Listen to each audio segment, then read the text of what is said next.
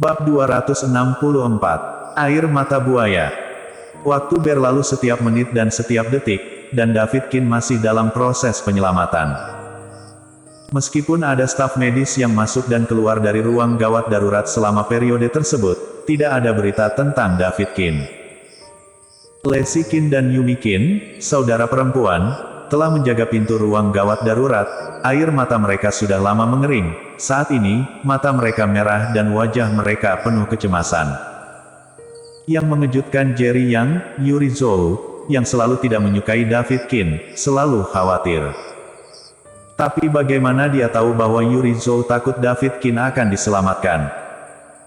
David Kin mengalami kecelakaan setelah pukul 5 sore di hari itu, dan belum keluar dari ruang gawat darurat hingga pukul 7 keesokan paginya. Ayah. Melihat David Kin terhubung dengan berbagai alat, kedua saudari itu langsung menangis. Untungnya, ia masih hidup. Tapi Yuri Zhou tampak hancur. Dokter, bagaimana kabar ayahku? Leslie Kin meraih tangan dokter dan bertanya dengan emosional. Sayang sekali ayahmu mungkin akan menghabiskan sisa hidupnya dalam keadaan ini, kata dokter dengan nada meminta maaf.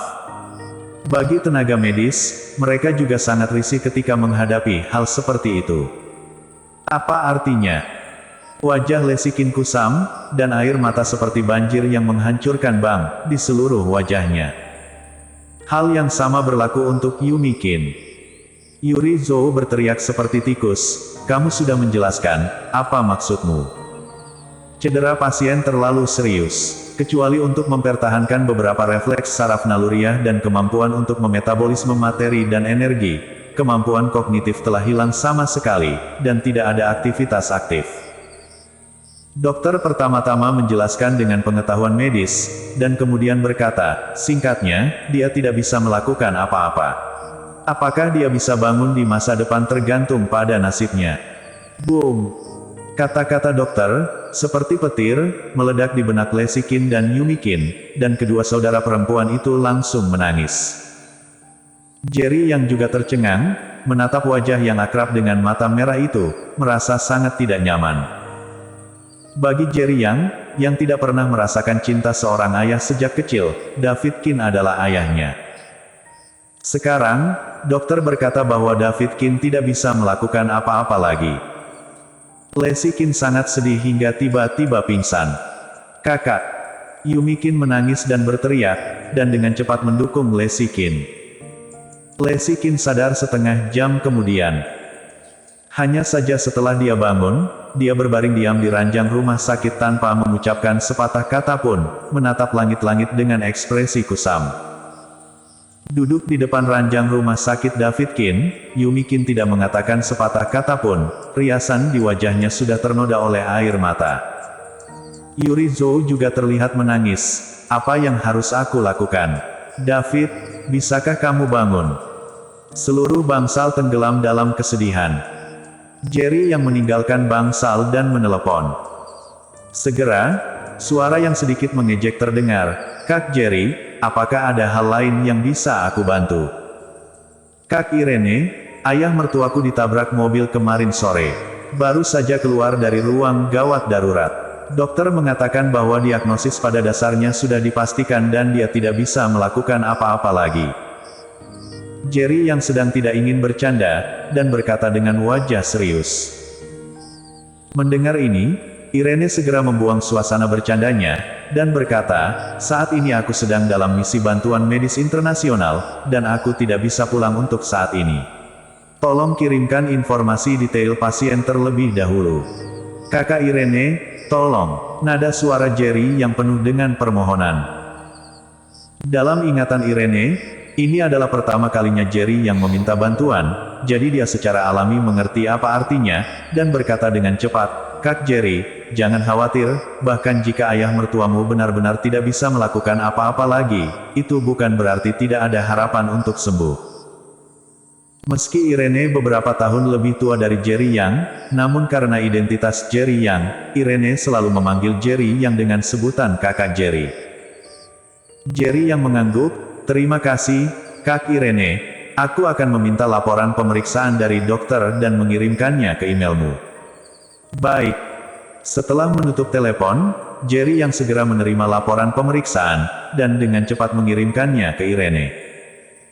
Irene diatur di perbatasan utara untuk merawat yang terluka di medan perang, yang cukup untuk menunjukkan keahlian medisnya yang kuat. Setelah Jerry yang mengirimkan laporan inspeksi ke Irene, hampir setengah jam kemudian, dia menerima telepon dari Irene. "Kak Jerry, aku telah membaca laporan inspeksi, ini rumit, dan kamu tidak dapat memahaminya. Untuk terus terang, situasinya tidak rumit, dan dia memiliki harapan besar." "Sangat bagus." Setelah menerima kabar baik ini, Jerry yang berteriak dengan penuh semangat. Melihat orang yang lewat menatapnya, dia menahan emosinya. Irene tersenyum dan berkata, "Misiku akan selesai dalam 1 minggu. Segera setelah aku pulang ke China, aku akan pergi ke Jiangsu dan melihat pasien uremia yang kamu sebutkan terakhir kali." Dengan kata-kata Irene, Jerry yang akhirnya merasa lega. Dia memiliki kepercayaan 100% pada keterampilan medis Irene. Melihat Kyushu, Jerry yang belum pernah melihat orang dengan keterampilan medis yang lebih baik darinya. Hanya saja kondisi David Qin sangat serius, dan Jerry yang tidak berani memberitahu Lexi Qin dan Yumi Qin sebelum Irene secara pribadi mendiagnosisnya. Dalam sekejap mata, 3 hari telah berlalu. Tanda-tanda vital David Qin sangat stabil, tetapi dia masih dalam keadaan koma. Selama 3 hari terakhir, Lexi Qin dan Yumi Qin bergantian datang ke rumah sakit untuk menjaga David Qin, terus-menerus memberitahu David Qin tentang masa lalu. Pada hari ini, tepat setelah Lexi Qin menggantikan Yumi Qin di sore hari, Yuri Zhou berkata, "Lexi, aku memberitahu Yumi di pagi hari bahwa kamu semua sibuk dengan pekerjaan dan menghabiskan setengah hari untuk menjaga ayahmu. Dampaknya pada perusahaan pasti tidak baik. Kondisi ayahmu saat ini, tidak ada yang tahu, apakah dia memiliki harapan untuk bangun. Kamu tidak bisa terus menyia-nyiakannya, bukan? Mulai sekarang, kamu bisa pergi bekerja dengan tenang. Ayahmu memilikiku di sini. Ketika kamu pulang kerja, aku akan bergiliran mengunjungi ayahmu setiap hari. Lagi pula, masih ada Happy di rumah untuk diurus." Yuri Zhou meraih tangan Lexi Qin, nadanya sangat damai, dan saat dia berbicara, air mata mengalir di wajahnya. Dalam beberapa hari terakhir, Yuri Zhou tampaknya telah berubah menjadi orang yang berbeda. Dia telah menjaga tempat tidur David Qin dan sangat memperhatikan Lexi Qin dan Yumi Qin, seperti istri dan ibu yang baik. "Bu, terima kasih. Terima kasih telah memikirkan begitu banyak untuk kami." Lexi Qin menangis dan berkata, hatinya penuh emosi. Yuri Zhou mengulurkan tangannya untuk membantu Lexi Qin menghapus air matanya, dan dia berkata dengan air mata, "Gadis bodoh, kamu adalah putriku, aku harus melakukan hal-hal ini, apa yang bisa aku katakan untuk berterima kasih?" "Ibu." Lexi Qin tidak tahan lagi dengan rasa sakit di hatinya, memeluk Yuri Zhou dan menangis. Hari-hari ini, dia telah menderita rasa sakit yang luar biasa di hatinya, dan sekarang kata-kata Yuri Zhou membuatnya tiba-tiba ingin melampiaskan semua rasa sakitnya akhir-akhir ini. Namun, yang tidak dia lihat adalah bahwa Yuri Zhou, yang memeluknya, memiliki mata yang tajam.